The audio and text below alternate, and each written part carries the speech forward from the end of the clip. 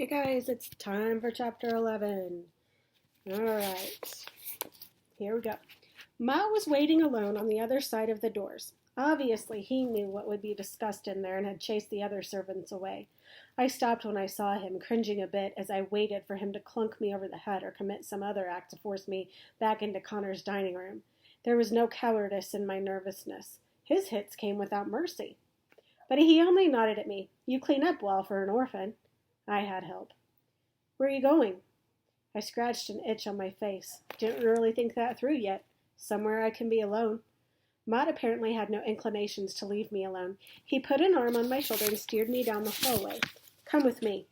We walked outside to a courtyard in the rear of the farthen wood lined with torches that flickered in the breeze. On one wall there were several swords. Each was different. One had a longer blade, another was thinner, another was jagged on one side. The tangs varied from swords with simple metal grip to ones wrapped in leather or crowned in jewels. One might appeal to a lifelong warrior, another to a mercenary. I suspected that one of these was supposed to appeal to a prince. Choose one, he said. How do I know the one that's right for me? It's the one that calls to you, Mott says. I reached for one of the medium-sized blade with a wide fuller grooved down the length. The hilt was wrapped in dark brown leather, and a circle of deep red rubies was set into the pommel. Almost as soon as I grabbed it, the sword fell from my grasp and landed on the ground. Mott darted forward and retrieved it like I'd committed some sort of sin by dropping the sword. This is obviously too heavy for you, he said. Choose another one. It was heavier than it looked, but it's fine now, I said, lifting it with both hands. I chose it because it called to me. Why? I smiled. It has rubies on it. I could sell those for a lot of money. Try it, and I'll use this same sword to run you through as punishment. Have you ever held a sword before? Sure. I'd once held the sword of the Archduke of Montegrist after sneaking into a room where he was staying. I'd taken it just to admire, of course, while he was asleep one night, but I hadn't held it for long before I was caught. My punishment was thorough, but it had been worth it just for a few minutes of holding a sword as fine as his. What's your training with the sword? Mott asked. I suspect not enough to make a fair match between you and me. Mott smiled. I heard what Connor said to you in the dining room. Despite what he describes as your limitations, you do have a chance to take the role of the prince. But you must learn and train and give yourself every advantage you can. Now raise your sword. He demonstrated, holding his sword upright, nearly parallel to his body and tilted outward. Like this. This is first position. I followed him and moved my sword as he did. Like this? Get used to the feel of it in your hand, swing it back and forth, learn to control it, to balance it. I obeyed. Despite its weight, I liked the feel of the sword.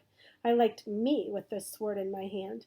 It stirred up memories of how I used to be, before the day-to-day survival that comes with living in an orphanage. Still in first position, Mott said, this is where you begin any basic attack. So I should have waited then, I said. Mott raised an eyebrow. Why is that? If it's that basic, then it's the first move everyone learns, which means everyone knows how to defend against that one. Mott shook his head. It doesn't work that way. Sword fighting isn't a chess game where you make one move, then so does your opponent. I sighed. Obviously. Mott pulled a wooden sword off the wall comparable to mine in length. Let's test you then. Let's see how you do for a beginner. Should I use a wooden sword too?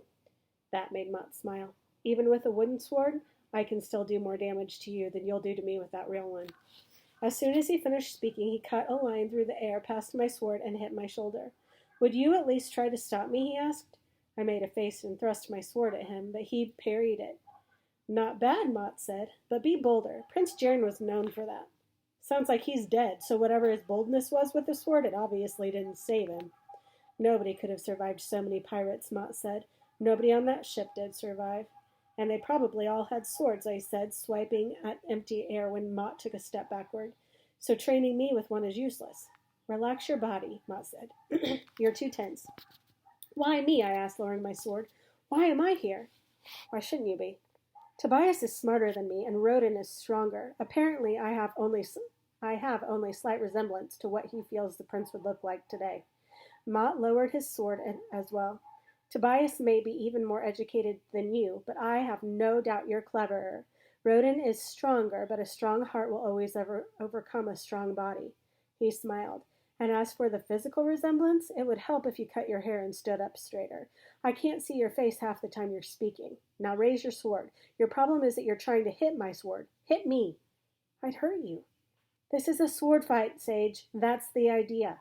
I raised my sword and lunged at him. He stepped toward me and slid his sword up inside of my blade and then rotated and pushed it down. My sword fell from my hand and clattered to the ground. Pick it up, Mott said. After glaring at him for a moment, I picked it up, but I held it blade down, making it clear that I was finished with his lesson. He frowned at me. I had you figured wrong. I thought you'd be more of a fighter. Fighting for what?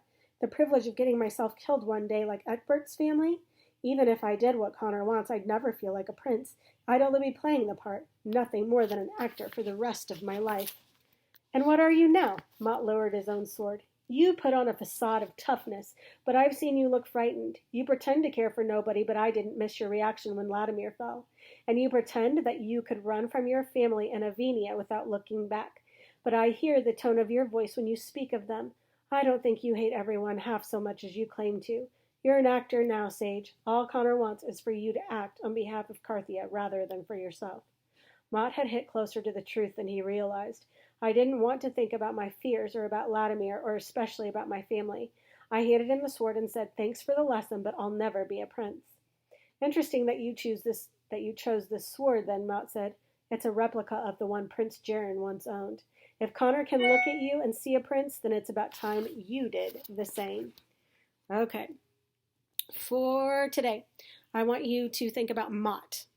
Okay, so it kind of looks like he and Sage are having a little bit different of a relationship than how they started. So I want you to tell me about him. Give me some characteristics of him.